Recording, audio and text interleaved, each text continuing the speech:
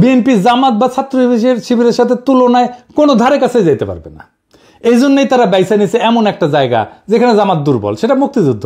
এই মুক্তিযুদ্ধের মাঠে এসে জামাতকে ঘায়াল করতে চায়। তারেক রহমান কইছে যে এই দেশে চরমপন্থা এবং মৌলবাদের অভয়ারণ্য যেন পরিণত হইতে না পারে। দেখেন, অতি উত্তম কথা। তবে ইন্ডিয়া মনে করে মৌলবাদীদের বিরুদ্ধে শেখ হাসিনাই একমাত্র ভরসা।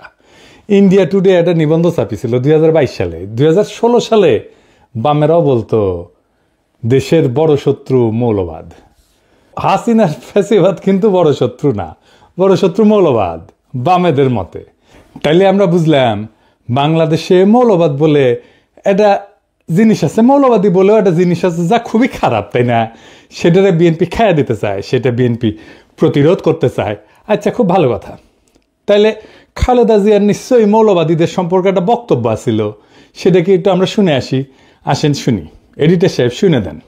মৌলবাদী ধর্মীয় লোক আছে কিন্তু মৌলবাদী নয়। তারা বাংলাদেশকে ভালোবাসে, তাদের অবদান আছে দেশের জন্য এবং তারা দেশকে রক্ষা করতে চায়। তার মানে খালেদা জিয়ার বক্তব্যের বিরুদ্ধে দাঁড়াইল তারেক রহমান। এই মৌলবাদ নিয়ে কেন বাঙ্গুয়েলিদের এত চুলকানি? আসেন এটা একটু দেখি, তাইলে বুঝবো বিএনপি কার খপ্পরে পড়িছে।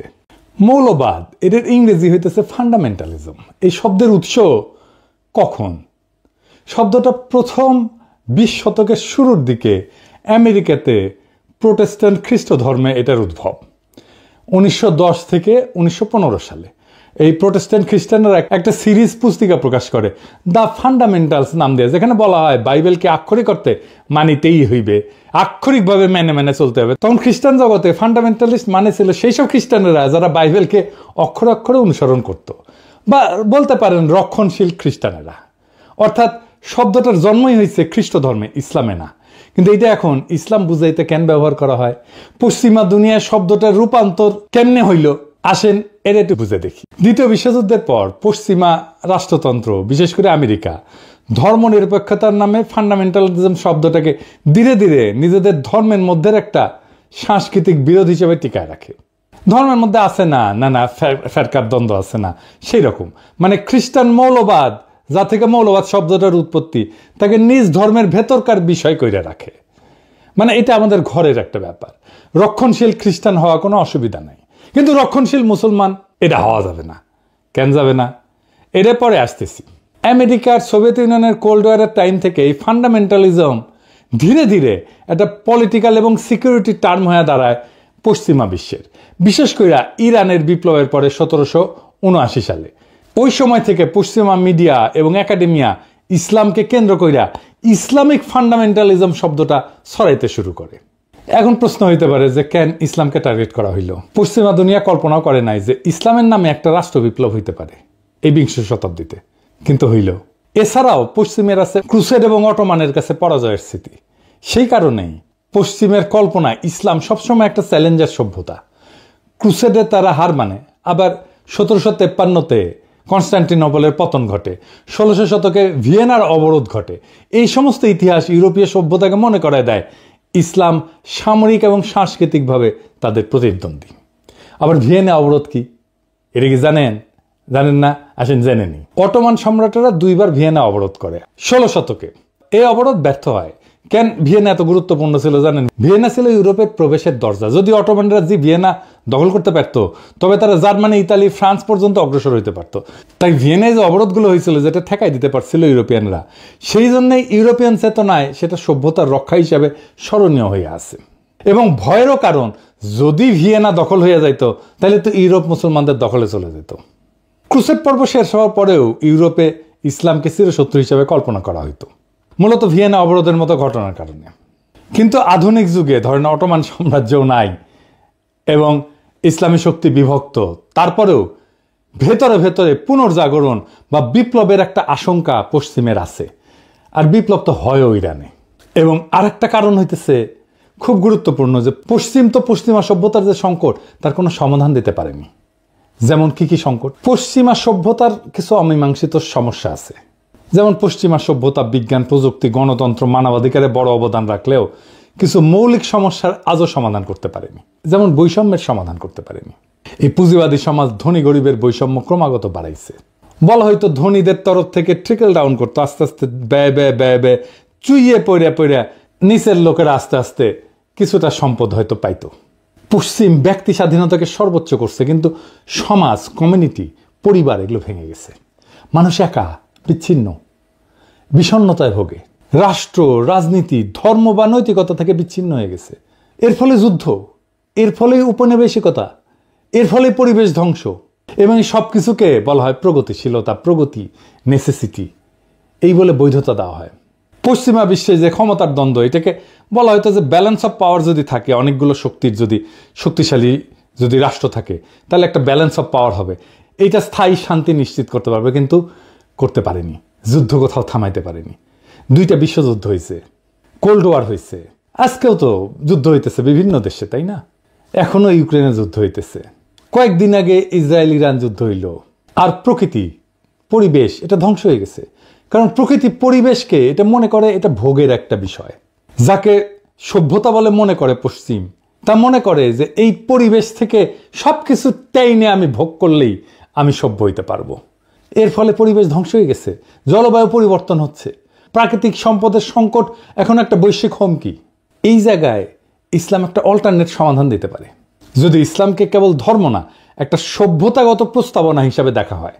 তবে কিছু জায়গায় তো কিন্তু বিকল্প দেয়, যেমন অর্থনীতিতে এটা একটা ন্যায়সঙ্গত বন্টনের একটা ব্যবস্থা দেয়, প্রস্তাবনা দেয়। এমন একটা ব্যবস্থা দাঁড় করায় যেখানে সম্পদ এক জায়গায় জমে থাকতে পারে না, এটা ঘুরতে বাধ্য হয়। পুঁজিবাদ বা সমাজতন্ত্র, এই দুইটার বাইরে যায় ইসলাম একটা সোশ্যাল জাস্টিস, এর তার সাথে সাথে প্রপার্টি রাইটসের মডেল দেয়। তারপরে সমাজকেন্দ্রিক একটা জীবন দেয়। ইসলাম ব্যক্তিকে সম্মান দেয়, কিন্তু সমাজকে ভাঙে না। পরিবার, প্রতিবেশী এবং তার যে উম্মার ধারণা, এটা মানুষকে সম্পর্কিত করে রাখে। আর নৈতিক যে রাজনীতি, সেটা রাষ্ট্র শুধু আইনের মেশিন না, বরং নৈতিক দায়িত্বশীলতার কেন্দ্র। ইসলামের একটা ধারণা আছে, আমানতের ধারণা। ক্ষমতা একটা আমানত, ক্ষমতা মানে দায়বদ্ধতা। আমাদের এই লিবারাল ডেমোক্রেসিতে জবাবদিহিতা কার কাছে? জনগণের কাছে, তাও দিতে চায় না তারা। কিন্তু ইসলামে জবাবদিহিতা কার কাছে? জনগণের কাছে অবশ্যই, কিন্তু উপরালার কাছেও, কেবল নাগরিকের কাছে না, খোদা তাআলার কাছেও। শান্তির ধারণা, শান্তির ধারণাও ধরুন ইসলামে একটা খুব র্যাডিক্যাল চিন্তা আছে। ইসলাম যুদ্ধকে বৈধ করে শুধু আত্মরক্ষায় বা নিপীড়ন বন্ধ করতে, 2টা জায়গায়। শক্তি ব্যবহার মানে আধিপত্য না, ন্যায় প্রতিষ্ঠা। পশ্চিমের যেটা জাস্ট ওয়ার থিওরি, সেটার বাইরে একটা নৈতিক শান্তির তত্ত্ব এটা। তার মানে ইসলামের যুদ্ধ 2 জায়গায় বৈধ, আত্মরক্ষা এবং জুলুম বন্ধে। শক্তির ব্যবহার এটা আধিপত্যের জন্য না, ন্যায়ের প্রতিষ্ঠার জন্য। এমনকি ধরেন প্রকৃতির সাথে সম্পর্ক, ইসলাম প্রকৃতিকে আমানত হিসেবে বলে, শোষণের বস্তু না। খিলাফার যে ধারণা, সেখানে মানুষ প্রকৃতির উপরে শাসক না, তার রক্ষক। এই যে পরিবেশগত বিপর্যয় হতো, এই পরিবেশগত বিপর্যয় হতো না পৃথিবীতে যদি ইসলামের দৃষ্টিতে পরিবেশ আর দুনিয়াকে দেখা হইতো। তাই ইসলামকে একটা বিকল্প সভ্যতার ধারণা হিসেবে এটা একটা পরীক্ষা নিরীক্ষা করা সম্ভব সমাজে, রাষ্ট্রে। আমি আমার পিএইচডি গবেষণার কথাই বলি, এইখানে যেখানে গ্যাপ, সেখানে ইসলামের ধারণা প্রযুক্ত করলে সমস্যাটা মিটে যায়, কিন্তু এটা নিয়ে অন্যদিন আলাপ করা যাবে। তাই ইসলাম শুধু না, পুরা ফান্ডামেন্টালিজম, এই মৌলবাদ শব্দটা ইসলামের সাথে যুক্ত কইরা একটা ভয় তৈরি করা হয় পশ্চিমে। কারণ আধুনিক রাষ্ট্রতন্ত্র এবং গণতন্ত্রের চ্যালেঞ্জ পশ্চিমা রাষ্ট্রতন্ত্রের চোখে ইসলাম একটা আদর্শগত বিকল্প হয়ে দাঁড়ায়। অর্থাৎ গণতন্ত্র, লিবারালিজম, সেকুলারিজমের বাইরে এক সম্পূর্ণ সামাজিক রাজনৈতিক কাঠামো হাজির করে ইসলাম। তাই একে প্রতিরোধ করার জন্য ইসলামিক ফান্ডামেন্টালিজম শব্দ দিয়ে তাকে ব্যাকওয়ার্ড, ইরেশনাল, অযৌক্তিক, ভায়োলেন্ট, সহিংস, এইটা বলে চিত্রিত করা হয়। মুসলিম রাজনৈতিক আন্দোলনগুলোকে যদি ফান্ডামেন্টালিস্ট হিসেবে ট্যাগ দেওয়া যায়, তাহলে তাদেরকে আন্তর্জাতিকভাবে অগ্রহণযোগ্য কইরা দমনকে বৈধতা দেওয়া যায়। কিন্তু দেখেন, হিন্দু ধর্মে কোনো মৌলবাদ নাই, খ্রিস্ট ধর্মে মৌলবাদ নাই। খ্রিস্ট ধর্মে মৌলবাদকে আলাদা করে দেখা হয়। কেন? খ্রিস্ট ধর্মে ফান্ডামেন্টালিজম এটা আভ্যন্তরীণ ধর্মতাত্ত্বিক এবং সাংস্কৃতিক দ্বন্দ্ব। এইটাকে যদি ডেমোনাইজ করা হয়, তাহলে পশ্চিমা জনসংখ্যার একটা বড় অংশ সরাসরি ক্ষুব্ধ হয়ে যাবে। তাই ওদের মিডিয়া এবং একাডেমিয়া খ্রিস্টান ফান্ডামেন্টালিজম শব্দটাকে সীমিত অর্থে ব্যবহার করে, সন্ত্রাস বা হুমকির সাথে যুক্ত করে না, কিন্তু ইসলামকে করে। ইসলামের ক্ষেত্রে তারা এইটাকে এক্সটার্নালাইজ করছে, বাইরের শত্রু, সভ্যতার চ্যালেঞ্জ, আধুনিক রাষ্ট্রের জন্য হুমকি, এইভাবে তারা হাজির করে। কার্ল শিমিত বলছিলেন যে রাজনীতির মৌল কেন্দ্র হইল ফ্রেন্ড ভার্সেস এনিমি, এই বিভাজন। পশ্চিমা রাষ্ট্রতন্ত্র ইসলামের ফান্ডামেন্টালিজম ধারণাটাকে ব্যবহার করছে এনিমি হিসেবে চিহ্নিত করার জন্য। ফুকো দেখাইছেন যে কিভাবে ক্ষমতা ডিসকোর্স তৈরি করে বা বয়ান তৈরি করে। ইসলামিক ফান্ডামেন্টালিজম একটা ডিসকোর্স বা বয়ান যা ইসলামকে সবসময় ইরেশনাল, ভায়োলেন্ট, প্রিমডার্ন এই হিসাবে উপস্থাপন করে।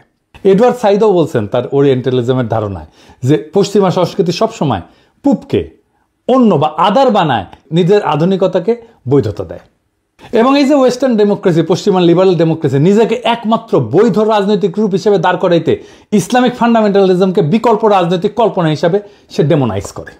ফলে আন্তর্জাতিক আইন, সিকিউরিটি, নীতি, এমনকি গবেষণাতেও ইসলামী আন্দোলনকে প্রায় ফান্ডামেন্টালিস্ট থ্রেট হিসাবে বলা হয়। যদিও একই ধরনের ইহুদি বা খ্রিস্টান চরমপন্থাকে সেটা বলা হয় না, হিন্দু চরমপন্থাকে তো বলা হয়ই না, দেখতেছেন তো। যা যা একটা ইসলামী সমাজকে আলাদা মিনিং দিছে সেটাকে আক্রমণ করা হয়েছে পশ্চিম থেকে। নিজের কালচারকে, নিজের প্র্যাকটিসকে ঘৃণা করতে শেখানো হয়েছে। আফগানিস্তানে বোরখা পরা ছিল ফ্যাশন, এটা অভিজাততন্ত্রের প্রতীক। যেই নারী বোরখা পরবে তাকে ধরে না হয়তো সে ধনী এবং সে কোনো কাজ করবে না, সে অভিজাত, তার কাজ করার দরকার নাই, তাকে অন্যভাবে সম্মান করা হইতো। এইটাকে পশ্চিমানারা বানাইলো নারী নিপীড়নের আইকন। কি খোদা আমারে উঠায় নাও। বোরখা খুলে বেলায় প্রগতিশীলতা। অটোমান হেরেমকে বলা হয় নির্বিচার যৌনতা, অথচ জানেন এইটা নারীর ক্ষমতায়নের একটা super duper model, very effective alternate model. একদিন আলাপ করবো এটা নিয়ে। নারীবাদীরা এখন থেকে লাফানো শুরু করবে, মূর্খসোদা নারীবাদী। বাংলাদেশে সব প্রগতিশীলের মূর্খসোদা, নারীবাদীরা আরো বেশি মূর্খসোদা। এদের সাথে আলাপ করবো আমি হেরেম নিয়ে। যাই হোক, বিএনপি পশ্চিমের বয়ান নিচ্ছে ইসলাম প্রসঙ্গে। তার রাজনৈতিক প্রতিপক্ষকে মোকাবেলা করার জন্য যদি আওয়ামী বয়ানের কান্দে চাপতে হয় বিএনপিকে, তাহলে তো বিএনপি আর একটা আওয়ামী শাসনই উপহার দেবে। পশ্চিমের ভয় একটা ফেয়ার ইলেকশনে ইসলামী দলগুলো যদি ক্ষমতায় চলে আসে, এই ভয় তারা মিশরে পাইছে, একই ভয় তারা গাজায় পাইছে। হামাস জিতছে, তারা স্বীকার করবে না, কিন্তু মোদিরা মাইনা নেবে। আজিব বাত। এইভাবে রাজনীতি চলে। জামাতের সাথে বিএনপি তো আসলে কোনো প্যারামিটারে জিততে পারবে না, না আভ্যন্তরীণ গণতান্ত্রিক চর্চায়, না কর্মীদের রাজনৈতিক মানে, না কর্মীদের সাহসে, না কর্মীদের সংখ্যায়। বিএনপি ছাত্রদল, ছাত্র শিবির যদি এখন রাস্তায় মারপিটেও নামে, ছাত্রদল হাইরা যাবে। এটা বাস্তবতা। না বিএনপি প্রতিষ্ঠান তৈরি করতে পারছে, না কর্মীদের নৈতিক রাজনৈতিক পড়াশোনা, শিক্ষা প্রতিষ্ঠানে সংগঠনের প্রভাব বাড়াইতে পারছে, কিছুই করতে পারেনি। বিএনপি জামাত বা ছাত্র শিবিরের সাথে তুলনায় কোনো ধারে কাছে যেতে পারবে না। এই জন্যই তারা বাইসা নিয়েছে এমন একটা জায়গা যেখানে জামাত দুর্বল, সেটা মুক্তিযুদ্ধ। এই মুক্তিযুদ্ধের মাঠে এসে জামাতকে ঘায়াল করতে চায়। তাই তাদের মুখে মৌলবাদ, তাই তাদের মুখে জঙ্গিবাদ। সেই একই বয়ান আওয়ামী লীগের বয়ান, কারণ এটা সহজ। জামাতের রাজনীতিকে মোকাবেলা করার জন্য যে দক্ষতা থাকা দরকার, ইন্টেলেকচুয়াল ক্যাপাসিটি থাকা দরকার ছিল, সেটা তো বিএনপির নাই। তো বিএনপি নিয়েছে সহজ পথ, মুক্তিযুদ্ধের কথা বলে কোণঠাসা করা। এই রাজনীতি জিতবে না, এই রাজনীতি জেতার না। এই রাজনীতি অবশ্যই বিএনপিকে পরাজয়ের রাস্তায় নেবে। এই রাজনীতি বিএনপিকে রাষ্ট্র ক্ষমতা আসতে দেবে না, লিখে রাখতে পারেন।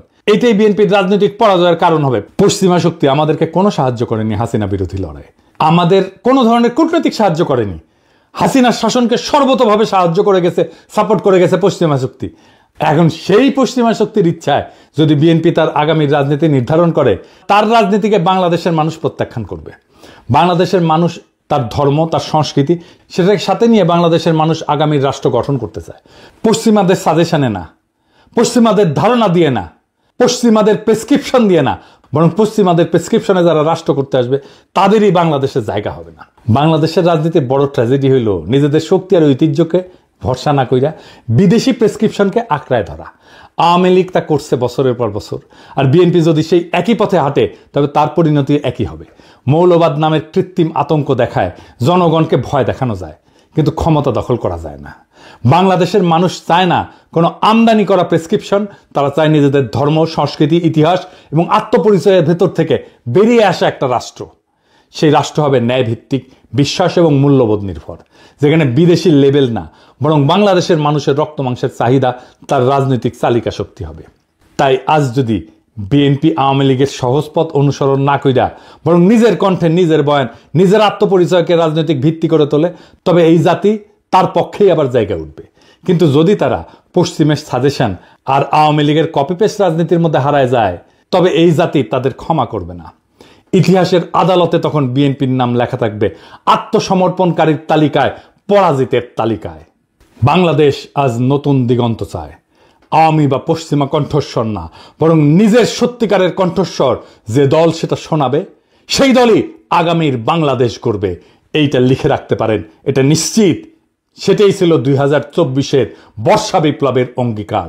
বাংলাদেশ সেই পথেই হাঁটবে, ইনকিলাব জিন্দাবাদ।